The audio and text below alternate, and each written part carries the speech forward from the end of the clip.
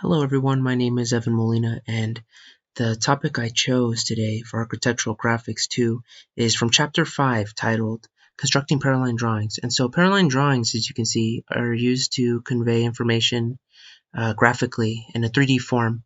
And so you have three approaches. The first approach would be the subtractive method. And this approach, you would have a form, an initial form that you create. It can be a cube in this instance, and you subtract from it.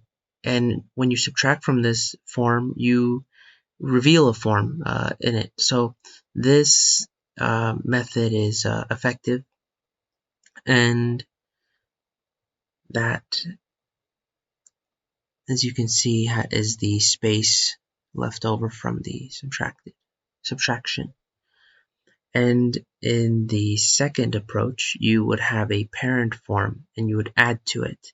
And so when you add to a form, it doesn't necessarily have to be the same shape or anything. It can vary, thus creating a kind of interesting object.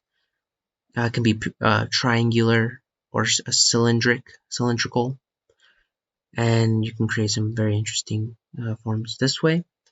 The next would be irregular forms, and so when you have an irregular form, you would have in this instance a plane, and you would be projecting from this plane.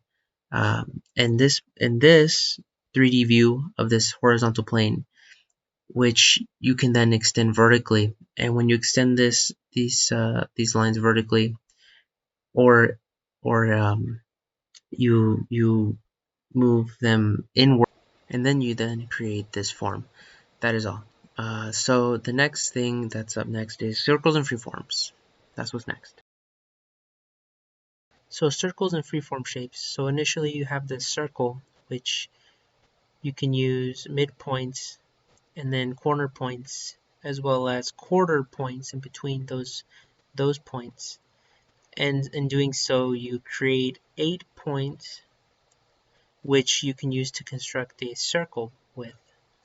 In Paraline view, you can use two approaches. The first being this method, using the midpoints, the quarter points, and corner points. And this method, you can just use the 8 points to kind of create this circle. And the next method will be the 4-center method, using 2 sets of radii and this sides of a square in a Paraline view, which we then extend perpendicularly to connect with one another, creating this circular shape. These 2 sets of arcs in equal pairs between the origin points of the perpendicular lines. Then we have this oblique plan rather than an isometric, which the plan itself can be used as a base drawing and the horizontal shapes remain true. So these are, what I'm showing now, are alternate methods of constructing a circle. They're not the same as the previously shown methods, using different points. So then we move to the curvilinear freeform shapes from an orthographic view to Paraline view. So what we do is we create a grid over our curvilinear freeform shapes, and then we grid them. Depending on the complexity of the shape, it can depend the fineness of the grid. So this can be used to transfer a shape. Everyone. So this is spatial depth cues. So spatial depth cues are basically a way to enhance the perceived depth of a Paraline drawing by utilizing a hierarchy of line weights to distinguish between spatial edges, corners, planar corners, and surface lines. So this is important because this gives your drawing depth when you view it. So it kind of makes sense, at least spatially defined wise.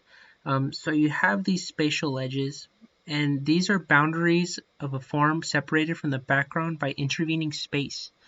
And planar corners are intersections of 2 or more planes that are visible.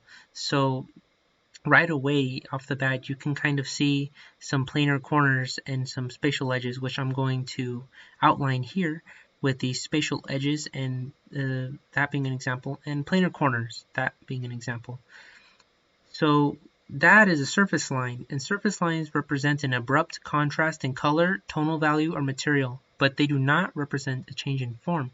So here you can also see some more examples of spatial edges. and planar corners, with them being defined differently.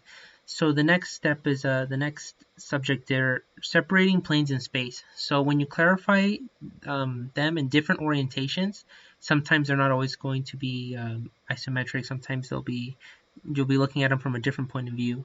So a good way to distinguish between a horizontal and vertical is by using a contrasting texture and pattern. So this contrasting pattern will give these shapes depth, so they won't look flat on the paper. They'll actually pop. They'll actually look three-dimensional. So in doing this, and this gives the objects depth, as you can see here.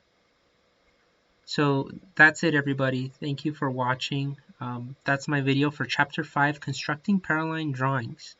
I know this video ran a little bit longer than I meant for it to, but this covers everything in the chapter, all three subjects. So that's it. Thank you, everybody. That's all.